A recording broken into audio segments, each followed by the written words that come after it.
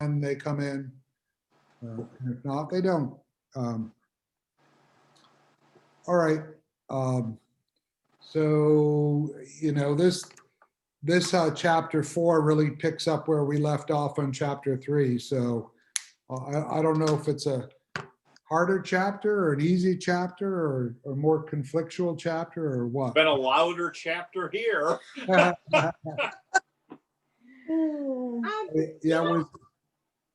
go ahead.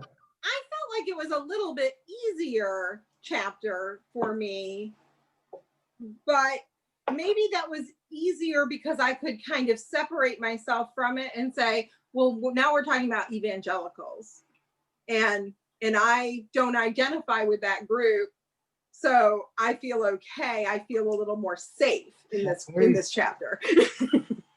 So there's And not. I'm being slapped in the face with this one. What's that? I'm sorry. I don't. Even though we're Southern Baptist. No. So Jennifer, are you trying to say there was less ownership in this one? Yeah, maybe. When you attack Jonathan Edwards, I get all worried. Yeah, but attack Franklin Graham, that's fine. Yeah. Yeah. When I teach Edwards, I make sure to let them know that he wasn't an enslaver. Yeah. And I typically do his crap. What is it? I don't do sinners. Children in the hands of an angry God. No, I don't do that one. I do his personal narrative. Oh yeah. I think it's really interesting and good. But then I make sure to point out that he was an enslaver and all of that. Yeah. I took a whole semester course on Edwards. And see, when they started talking about Billy Graham, I was like, oh, what are they going to say? Are they That was hard. Is Billy Graham a sacred cow in your house, Melissa? He's a sacred cow it's just in Southern Baptist. In Southern Baptist, you can pretty much put down anybody else, but Billy Graham kind of is, up there on the pedestal. Not like you're talking about Jerry Falwell. Yeah. Hey, Billy Graham was definitely a sacred cow in our family. I mean, yeah. I remember him coming to our seminary and preaching and going to the preaching classes. So, I mean, Billy Graham was a little different from Franklin. Being a northerner, Billy Graham, I actually admire him, at least some things about him now more than I ever did when I was younger. So he was sort of anathema to everything I was raised to believe. So well, my mother remembers hearing Billy Graham when he came to Piedmont and he spoke at Piedmont before he really was Billy Graham. Yeah. Wow. Yeah, before he was prominent. all right. Well, all right. So now that we've all laid our cards on the table, there will be much. By the way, Bonnie and Dick won't be here tonight. They had some other thing going on, and next week Bonnie will probably be here. Dick sent an email and said he's probably not going to continue to participate. It's just too emotionally draining for him to do this. So, but he implied that Bonnie was going to keep going, but they had something else happening tonight. So anyway, well, aside from that, we put some things out there. Who wants to jump in and offer their insight, observation? I mean, this chapter was longer, so there's more material, but as you all have probably recognized already, because this book's only 90-ish odd pages long or so, I mean, they make a lot of assumptions and they leave out lots of background narrative. So you have to sort of, pick the thread up where they bring it in. And so sometimes they may, like any academician does, they don't always paint the full picture. So. So thinking on that whole Billy Graham narrative, what Jim and I have been doing is we listen to the book together, and then we take we note it separately so that we can and then we pause every once in a while and yap about what happened. Wow. Insert discuss vehemently. loudly. But so on the whole Billy Graham thing, I mean, right at the get-go, it was like, oh, we're talking about, I can't even remember who now. I think maybe it was Jerry Falwell and someone else. And then it's like, oh, and then Billy Graham, and Jim like, pause it, stop it. That wasn't the situation with Billy Graham. And we had to kind of go back and look at the words again and see how it did. It went from like, this guy's a terrible racist and says we should kill Muslims. And this guy's a terrible racist. And hey, here's Billy Graham, which wasn't the situation for him, but it was so quick a transition in that kind of omission that you did get that feeling. And then they went on with the segregation quote with him. And I mean, I kind of understand where he was coming from. I think looking at that from a perspective of that's the way the world was, and you know, going into different towns, and then he eventually went against that. But it wasn't an easy thing to say, look, all of our services are going to be integrated no matter where they are. I mean, that was big on his part, especially at the time. It wasn't a small act. Not necessarily with that, but I think partly with that. What stood out to me that always I keep coming back to, and Lillian Smith, she wrote she had questions for clergymen or clergy people in the 40s, and some of them wrote back because it was about segregation and race, and some of them wrote back and were like, yeah, church is a social club, but then that discussion of packaging and marketing. Yeah. Right. I think of marketing, specifically that quote on 51. And like I said, I don't know much about Graham. I just know kind of the myth about him. And I've heard about some of the racial aspects too. But that quote, attempting to remain connected to the political agenda that institutional leaders perceive as the correct one, is often related to maintaining control and financial stability. Right. So that aspect, that political power may afford. I'm not saying that Graham was doing that, but it's still trying to maintain some kind of stability. Right. The video that I had sent to Tim and Joyce that was on BBC today did talk on that, touched on that, how Billy Graham was with every president, and how and I don't know if y'all watched The Crown. They featured how Billy Graham went to the Queen, and I mean he really did just kind of feel like the better political connections he could make, the more people he might convert. And yeah. I mean, there's something to be said for that. But I think the flip side is he didn't use really those political connections to change the societal structure. Right. You know, and so it's true that he had access to presidents all the way up until his death, really. Right. And that he was an insider, but he didn't really ever leverage that to, for social justice. Well, right. And I'm not suggesting he leveraged it for himself personally either, but he didn't really leverage that to make lives better for people. And so I think that's part of the sort of the deeper question. He wasn't, I mean, certainly he eventually integrated his revivals, and he wasn't like, you know, I mean, they were talking about Bob Jones, who was the polar opposite. I mean, you know, Bob Jones was a racist through and through, and founded his university basically, you know, on a racial agenda. You know, it still troubles me that we actually, in our conference, Bob Jones is one of the schools we play against, and I'm always. How funny. I always have a bit of want to say something whenever it comes up in a conversation, because, you know, I think in the Christian world, they're really an anathema. I mean, they're way beyond what Liberty University is. Yeah. But isn't the Billy Graham thing, and this is something I've been thinking about a lot lately too, and they talk about it, the individualism Right. the individual conversion, which of course is very heavy in our denomination, evangelical circles, and that's an individual thing. And that, you know, basically if the individual does it, and it's an individual, it's not a societal thing. Well, You and kind of get your conversion too as the individual. that would certainly fit with Billy Graham's theology, right?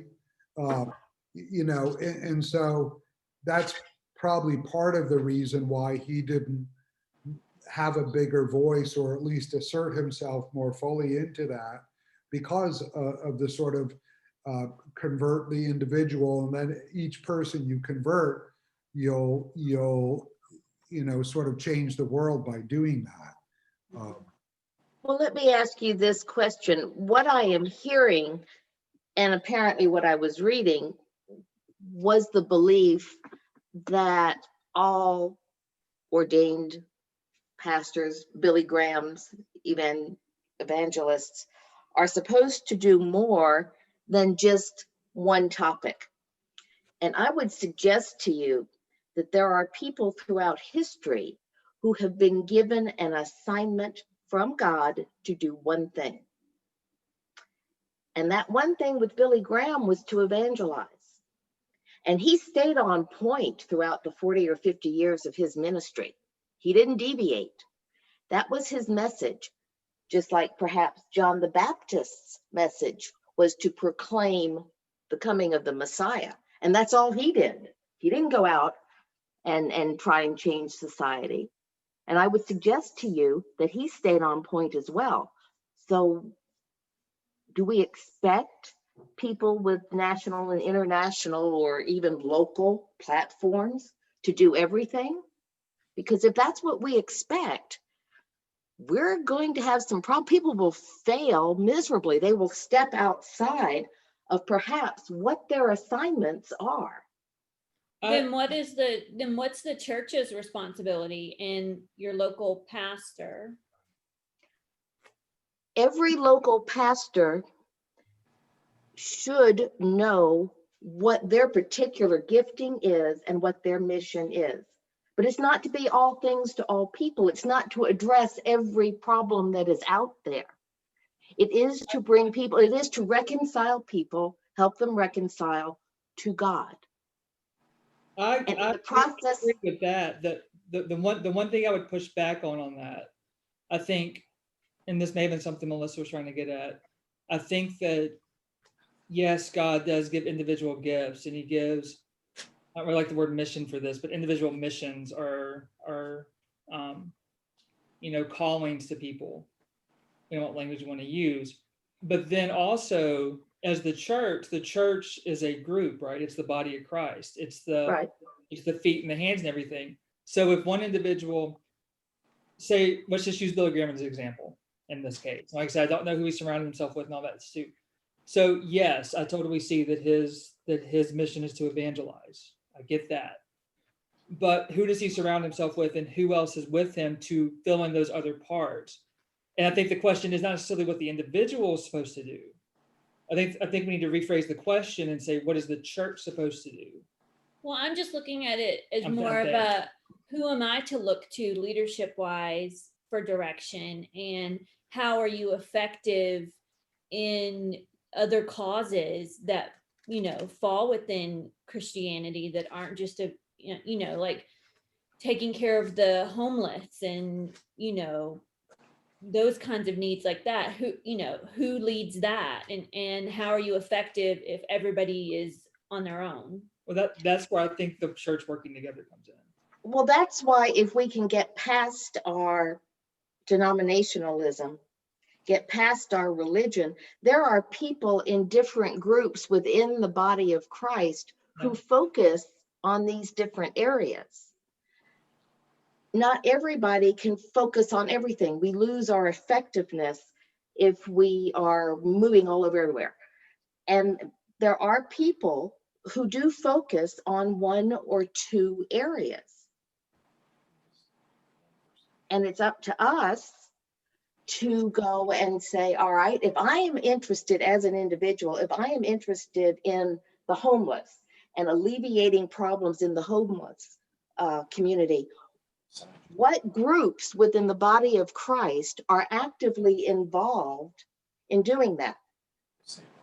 Think them out, or you go to your pastor, you go to whatever hierarchy is in your church, you find out and you get involved as an individual with that group. If you're Right. interested.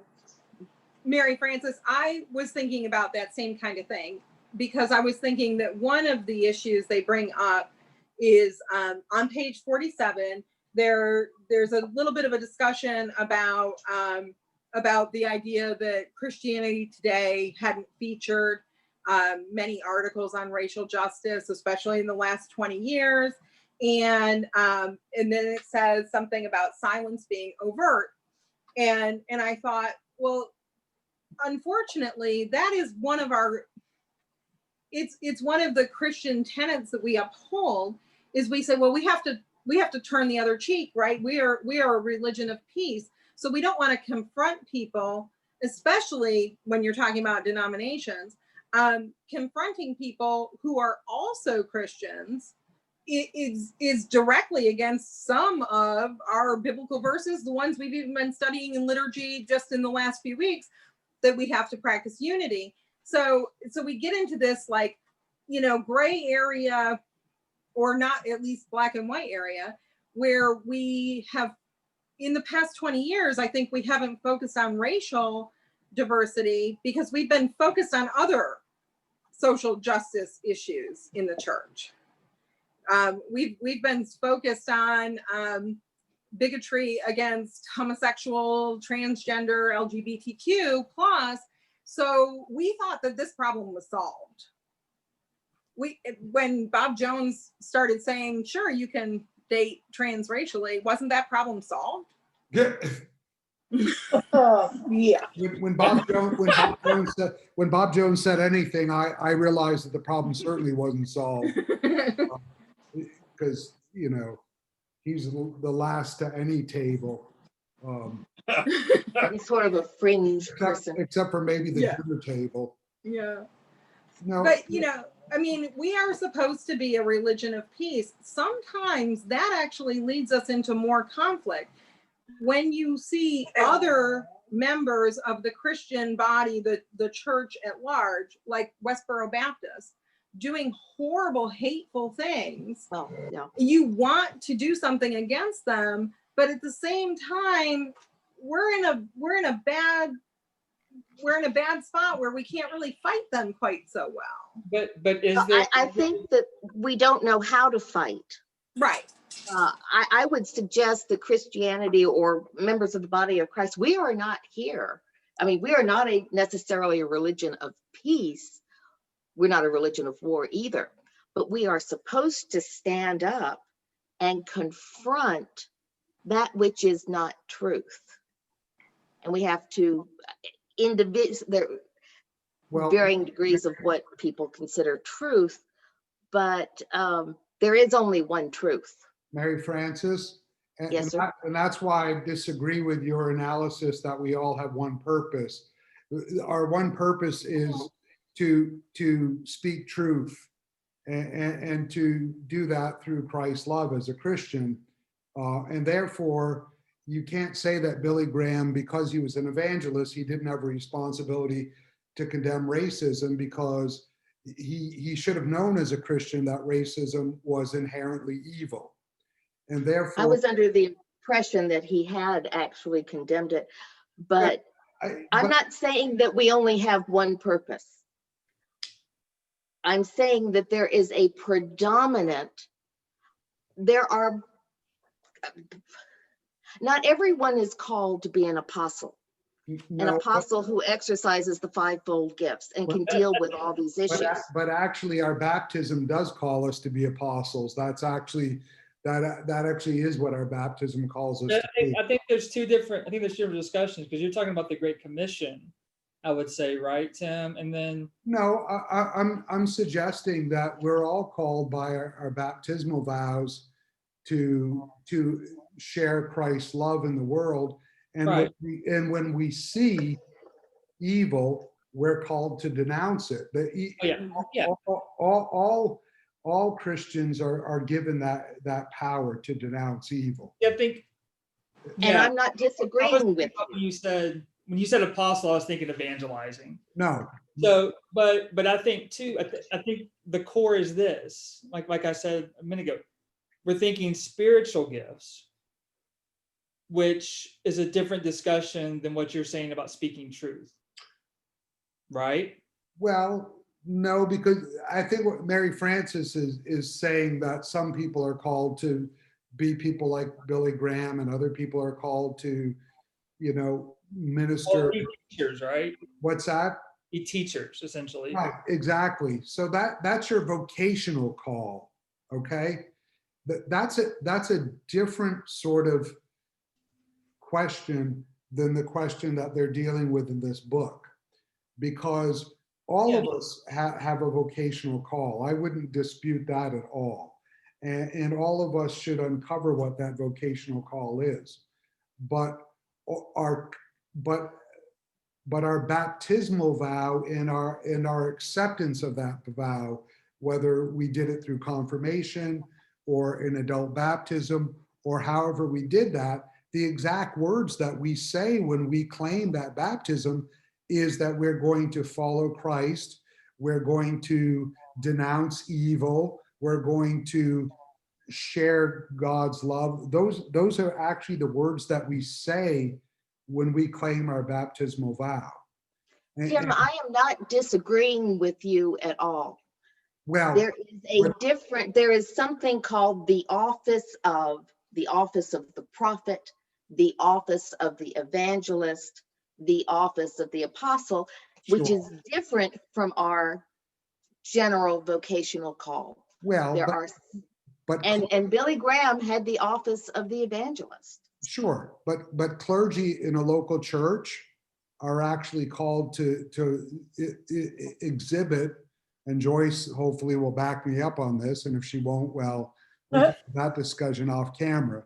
But clergy are called to exhibit, when we accept our ordination vows, we're called to be prophet, priest, and king. However you want, Exactly. whatever language you want to use for those three offices. And so we have a responsibility to the congregation to lead people liturgically, which is our priestly responsibility. We have a responsibility to share the gospel, to proclaim it, which hopefully is somehow a prophetic responsibility. And we also have a responsibility to administer the church faithfully, which is our kingly or, royal responsibility by, making sure the bills are paid and all of those kind of things. I would grant you that Billy Graham was clearly chose not that path, and he wasn't called to that. In fact, one of the things that he was very clear about, and I appreciate, was that he always sent people to join local churches after his altar calls and after he saved people. He didn't see it was his responsibility to nurture people in the faith. That's a local church pastor's responsibility. Yep. And so I'm not disputing that. I think the book's point that they're trying to make is that Billy Graham had access to power that most clergy don't have. And no one can dispute that. That is a given. He did. And therefore, he chose not to use his access to power to engage in working for racial justice. And I think the authors are trying to make the point that that was a failing on his part, regardless of what his vocational call was. As a Christian, he should have seen that as part of his duty and responsibility. That's all. Don't you think? Say. Go ahead, Jim. Don't you think that because Billy Graham became the guy, like really early? I mean, he went to England and preached to the Queen in 1956. Sure, she's still alive, by the way. But I mean, the point of it is that he got into this, and then he exploded and became this mega star, or whatever. But the point was, he was a big deal early on, but his church, his ministry wasn't. He didn't have the big buildings and the big everything in the 50s. Yeah. This all kind of came in the 70s and the 80s and the early 90s, where you look at him now, but when you look at him back in the 50s, he was still coming up money-wise. And to go anywhere and preach desegregation in the 50s or even the early 60s was going to be difficult. Not to say anything bad about Billy Graham, but he's got to be a businessman too. But think, and that makes it tough. well, sure, but look at Martin Luther King didn't have any of the power access that Yeah. Billy Graham had. And Martin Luther King made a decisive choice to, I agree. so Billy Graham didn't leverage his whiteness or his political access. Well, And see, that leads me to the question, not about Graham doing that, but your comment about him having the access to power, which is the case. And if we think about it, the local churches have access to local power in most of the cases, and especially with their congregations and who goes there. So, and getting back to Melissa's question is, what should the role of the church be within that? And I think you've answered that, Tim. And I guess more of my question is, there's just an observation is, we got to do something to get that to work with our church. I don't know how to do it. I mean, We have church problems. yeah, that's the key. That's the key thing, because that's the thing that's frustrating us the most is that, you know, that there seems to be no kind of local ministry at all. Very, very little. I think we may have mentioned this, and that's why I brought up that question, because I was curious. And also, you know, on getting kind of more back to the book, the role with denouncing racism, that just doesn't happen in most Southern Baptist churches. And, you know, it kind of really became frustrating this year to see, you know, our pastor just completely ignore it, or pick out stuff that was completely wrong. Yeah, we're in the situation where and this is one of the strangest Southern Baptist, the convention, I mean, the Conservative Baptist Network, or whatever, denouncing intersectionality, critical race theory, all that stuff, the things that they use here. right. And using those words as words to basically say, oh, this is going to lead you to communism and all that. Well, but that, Anyway, sorry. They even in the book talk about a little bit about the language that's used. And like even our pastor at some point earlier this year was like, woke Christianity is not good. It's like evil, kind of basically. But then like several weeks later, at the end of his sermon was like, Christians need to wake up. And I'm like, isn't that the same thing? You know? Yeah. I didn't catch that one. Yeah. go ahead, Joyce. One of the things that I was thinking on that was that whole idea of being politically marked. Yeah. I think is what you're talking about. Yeah. Yeah, I mean, in that video that I sent to Tim and Joyce earlier, actually that whole quote about, you know, liberal or progressive Christianity being Marxist. Yeah. Franklin Graham had said that in that exact same thing. And so it made me chuckle when I was watching that other video, not in a good way, but chuckle, that yeah, because we are reflected sometimes as being, if you identify as a progressive Christian or a liberal Christian, then it's automatic. You must hold to every liberal idea. Like you maybe don't even believe that Jesus had to be the Son of God. You might just believe Jesus was a dude who came to earth. I mean, you get tarred with a whole bunch of bad stuff when you say to people, oh, you know, I'm a liberal Christian or I'm a progressive Christian. Well, they think you're following into the secular ideas, right? Mm-hmm. Yeah. Or you're a UCC church in California. New York. I have such issues with Franklin Graham. Hey, Everest. But I do like the Operation Christmas Child. I mean, we've done that for a while. I mean, there are programs that I know that are good. Yeah, so like bad people with bad theology can still spread Yeah. good Christianity. Yeah. Yeah, but then I'm also really afflicted, or not afflicted. That's really the wrong word.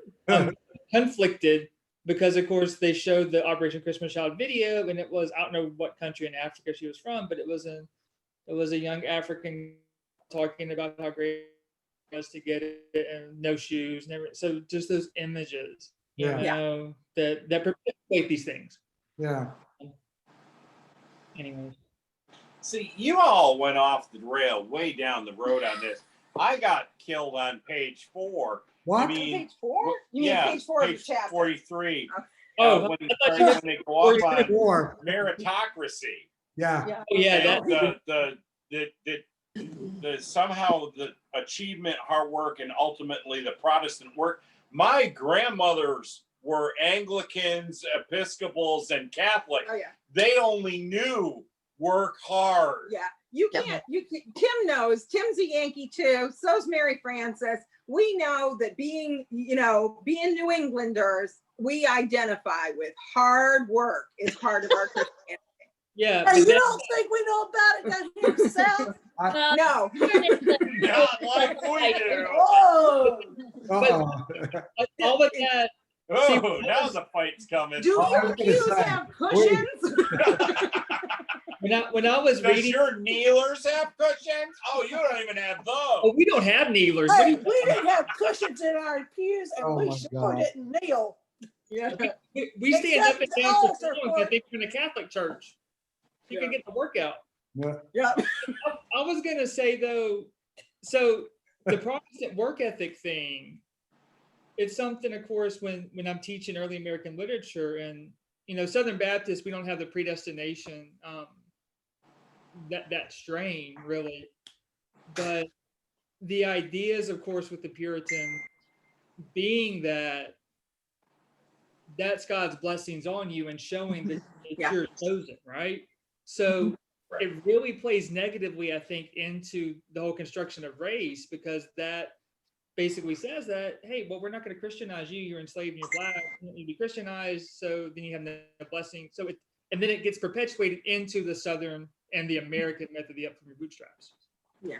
Right. My biggest pet peeve in that they kind of barely touched on with what you were talking about, Jim, is Yeah. the blessings. I Oh yeah. hate for people to say, oh, God has blessed us so much, like when they get a new house or a new car, Yeah, or, yeah. went on this nice vacation, Didn't or God bless got you into with this some house? money, Look, a stick of gum. drives me crazy. Yeah, I agree. Yeah. Like, Prosperity did gospel. God not Right. bless me Yep. because it took me 10 years to buy a house? Or Again. did God not bless me because I had fertility problems and couldn't have children easily? Like, I hate that. Sorry. Because it brings That's in the whole thing that if you didn't get those things, you don't believe. Right. Mhm. And as we're sitting here talking about it, it suddenly the little light came on and I went, oh my goodness. But if you don't work hard, I flipped that switch an hour and a half ago, by the way. this Well, has you know- been the biggest argument this evening for me, because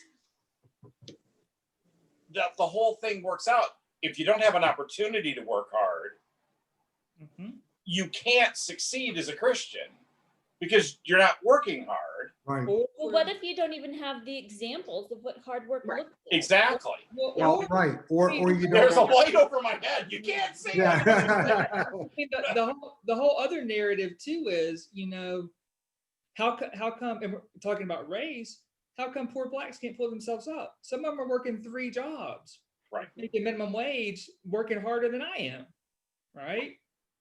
So what does that do? Yeah, Melissa, does he ever tell you when he comes over to get coffee at my office? What's that? Does What he ever about- tell you when he comes over to get coffee at my office? No, she doesn't want me to come in there without mask. Oh, why?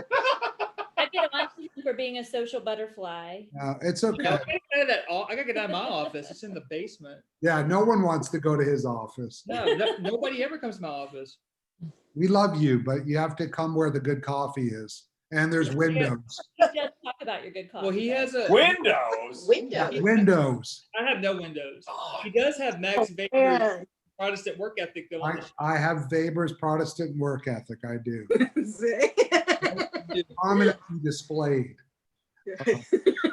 You know, if you apply that whole attitude of, oh, I'm blessed because I have this, how do you look at the people in Flint Mhm. who have lead in their water because of the politicians, but they're poor people and too bad they have brain damage because of lead in their water.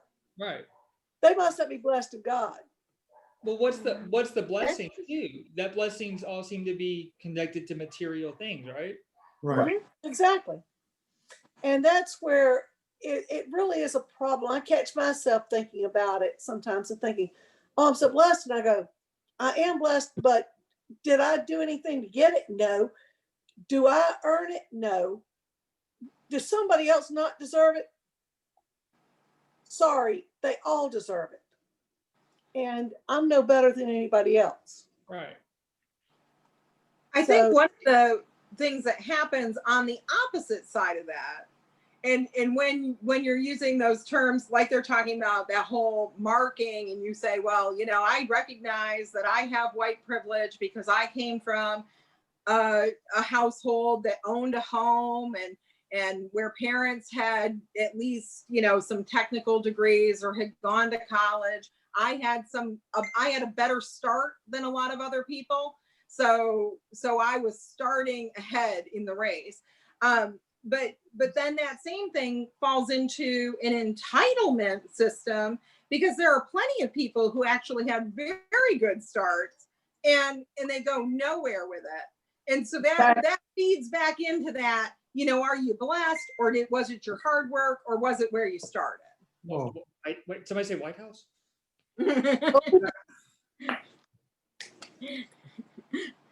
Well, I mean, I work with physicians, so I see a lot of physicians' kids who are allowed to break the law. It has nothing to do with the color of their skin. Yeah. It has to do with who their daddies and their mommies are. Yep.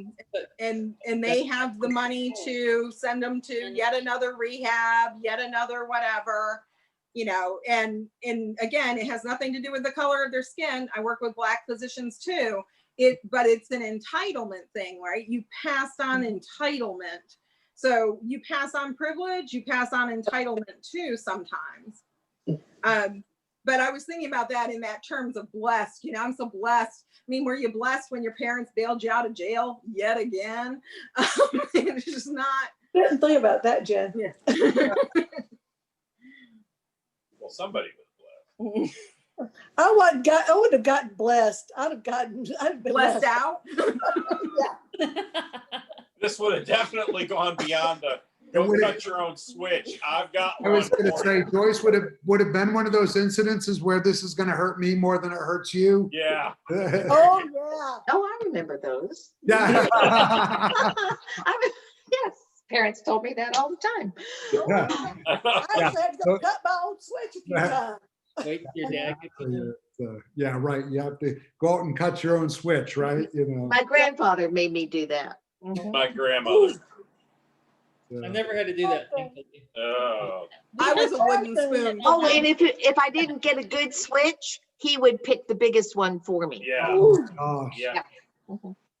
The bad thing for me was that the one time every time I ever got whipped, I got madder and I acted out more. And my daddy learned that it was better to shame me than No. to whip me. Because if he told me how ashamed he was of me, Yeah. I would cry and I'd change. But if he whipped me for something, like the time I hit my sister in the head with a baseball bat, Oh, got it. Joy. She walked This is not a confession, Joyce. I was going to say, wait a second, Joyce, just remember, this is being recorded. was. No, but the thing is that it was about, some kids respond differently to different things. Indeed. And some kids can get whipped and, oh, that's what they needed. But others, like I was, you whipped me and it made me mad. And I was more determined than ever to prove I was right. But if he told me, I'm so ashamed of you, it broke me. Because I was more, and I think that's the way sometimes we are. Our idea of blessing ties into who we are and how we experience the world as well. Indeed. I'll share one story about this. This is about me, but also my mother.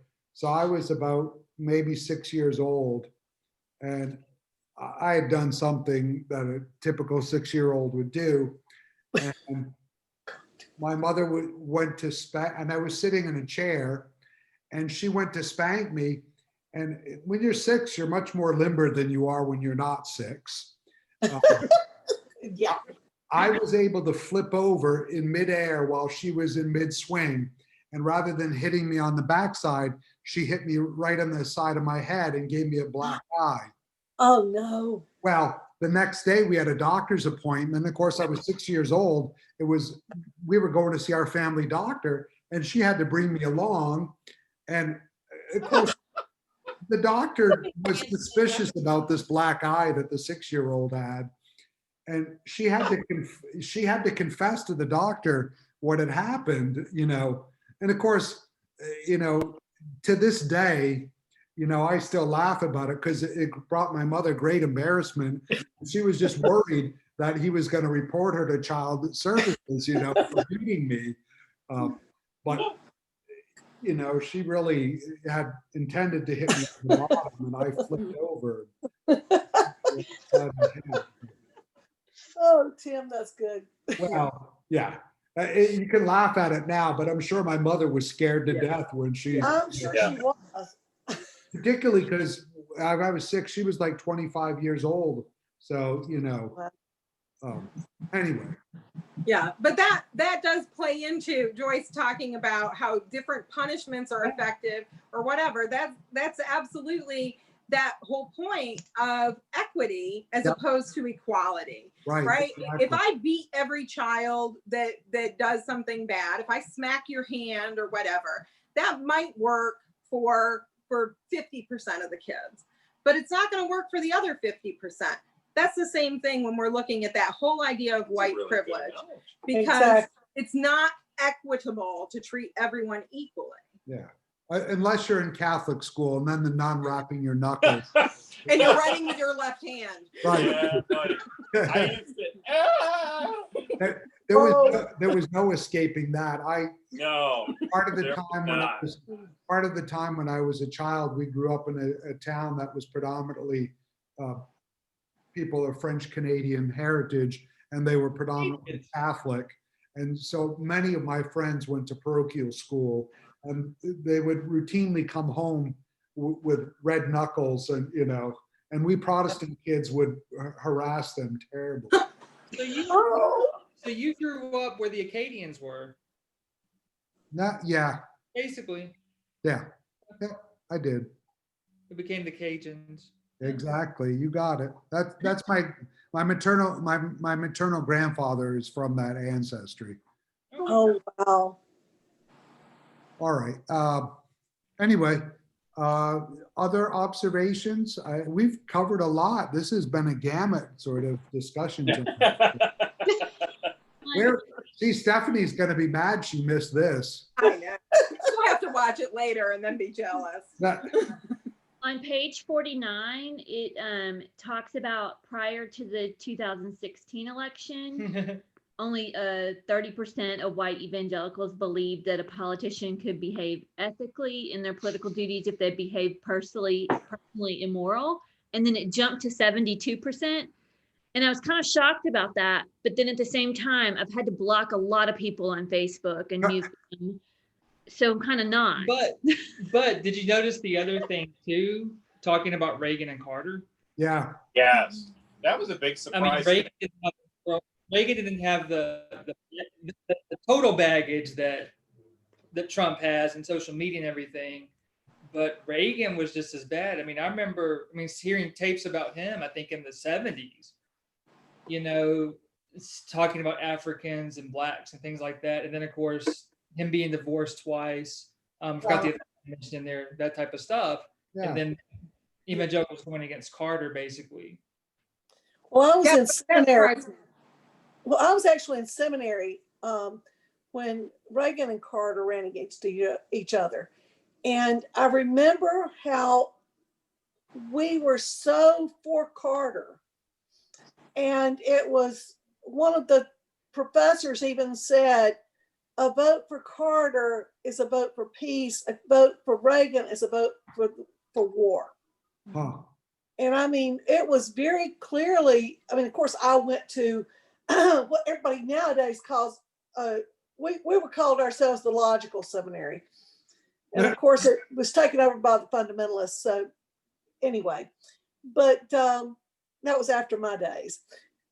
But it really was a time of thinking and making and being aware. And there were the Reagan people on campus, but our ethics professors were very much for Carter and his Christian ethic. Well, And I still think about that today. I think one of the challenges, is in 2016 and now 2020, and one of the points that they make in the book about how evangelical Christians have basically sided with power now against over morality. And, they've become one-dimensional too. So, in their mind, abortion is the only issue in getting a Supreme Court that will overturn Roe v. Wade is the sort of be all end all of the sort of moral equation. I posted on Facebook the other day, so, this meme. I wanted to reply to him. What's that? I wanted to reply to that guy. I just never got around to it. But anyway, this meme, you can't be a Christian and be a racist. I mean, if you're a Christian, you can't be a racist. And one of my classmates from college said, well, what about killing babies then? Well, one of my other classmates from college, who's a Lutheran pastor, wrote back, today, I noticed he responded and said, way to sort of, change the subject to, deflection, to deal with the issue that was being presented. But, this has become this sort of seminal question now morally in our society, and we've put blinders on. And so I think, part of the point of the book is that began really with the shift from Carter Reagan, Yeah. And, Well, they push it. I was about to say, I've seen that it's pushed back further to Nixon and Buchanan, right? well, Nixon in a different way though, because Nixon, in his Southern strategy so Nixon really was the beginning of the Southern strategy. And Yeah, so- but Nixon's the one that goes after evangelicals on the issue of abortion too. Yeah, but because he was a Quaker, he was sort of suspect religiously. I was gonna say just a quick plug for that turn, the last two chapters of Heather Cox Richardson's new book, How the South Won the Civil War, really kind of lays out from about Nixon and Buchanan through Reagan up through about kind of now, and especially the discussion of abortion. Yeah, so the first, I probably never shared this with any of you all, but the first church I pastored in Miami, Florida was on Key Biscayne, which is where the Nixon White House was, Winter White House. So when I went to interview there in 1993, I did my sort of phone interview with them because it was obviously before there was video conferencing. I did my phone interview and then I went down there for my face-to-face interview. Now remember, I grew up in Maine. I went to college in Ohio. I went to seminary in Boston.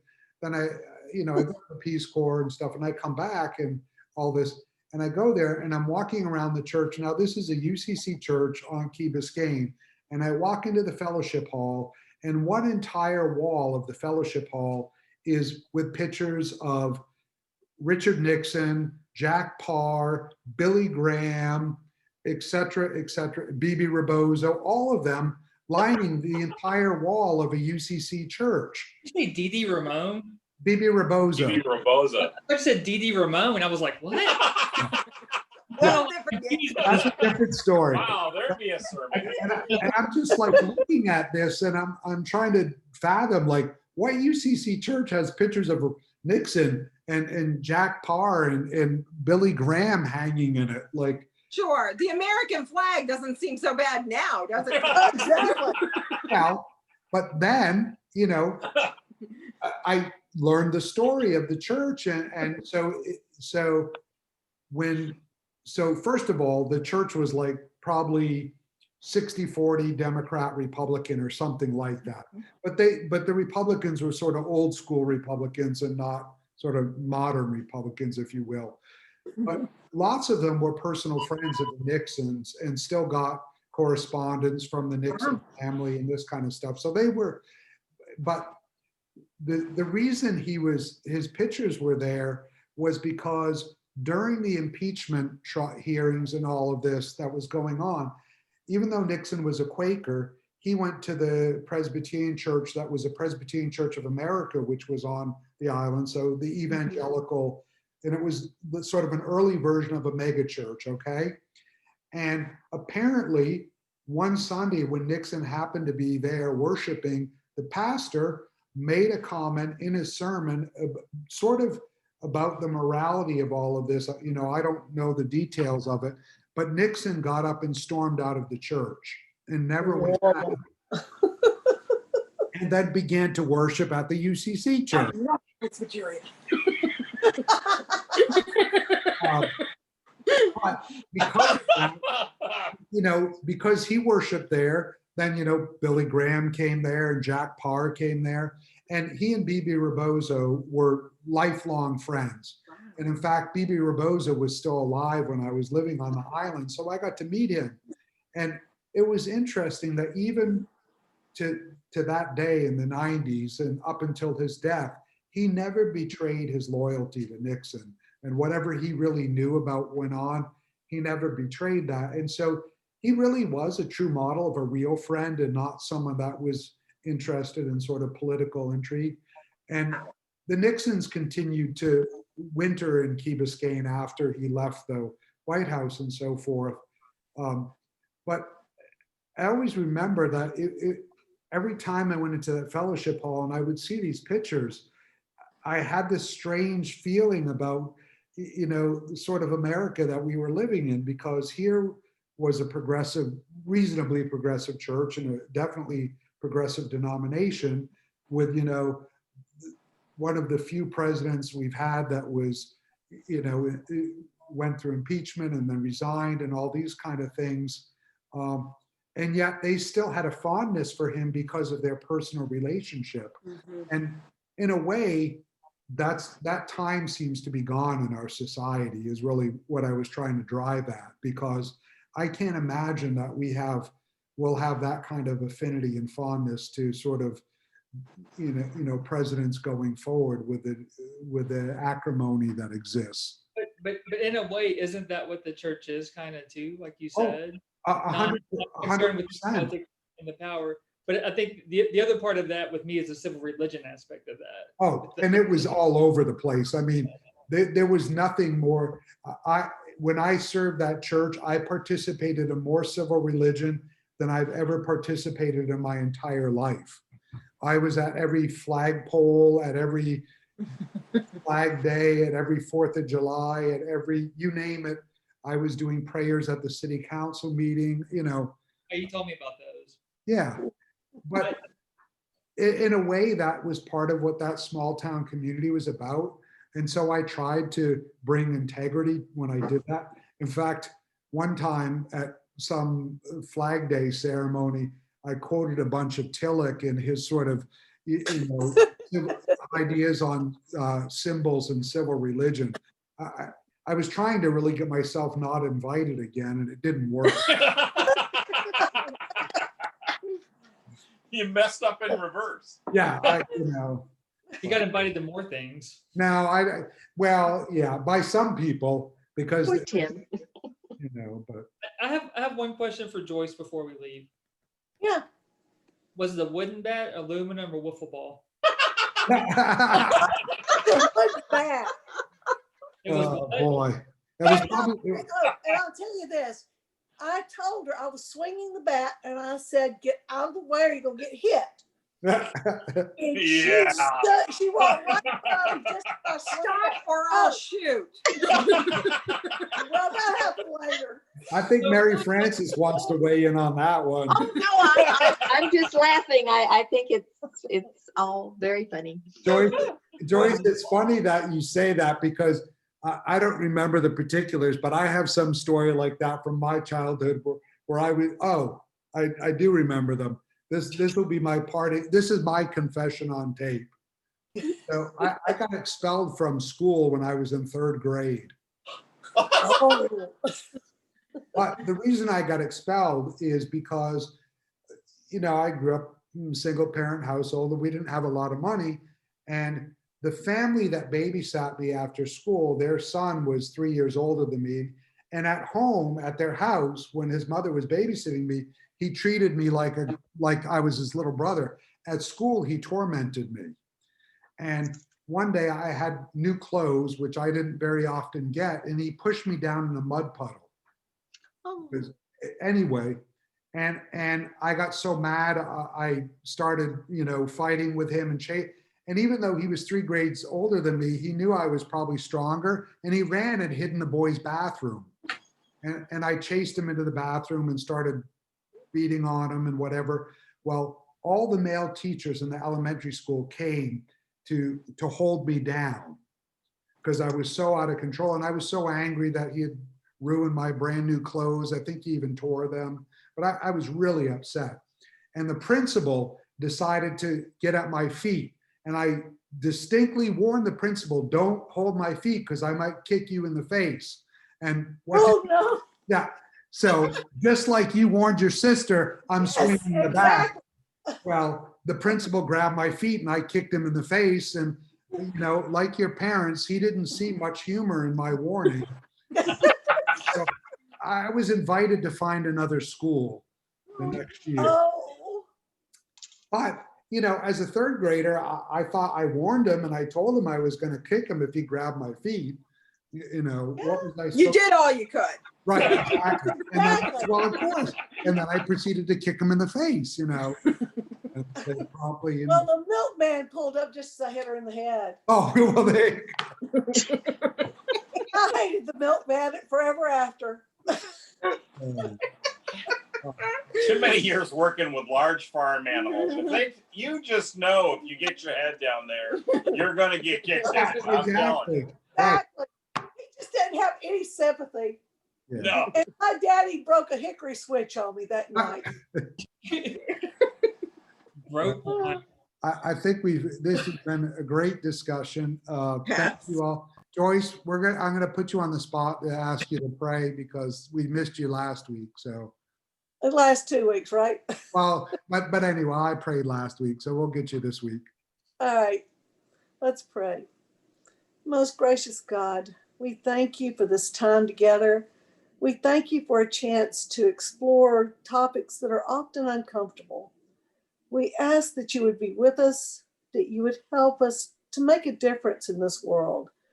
Help us to be sensitive to those around us, and help us, oh God, to love those who are unlovable, to be compassionate to those who have problems, and to always remember that we are not perfect, that we all have issues.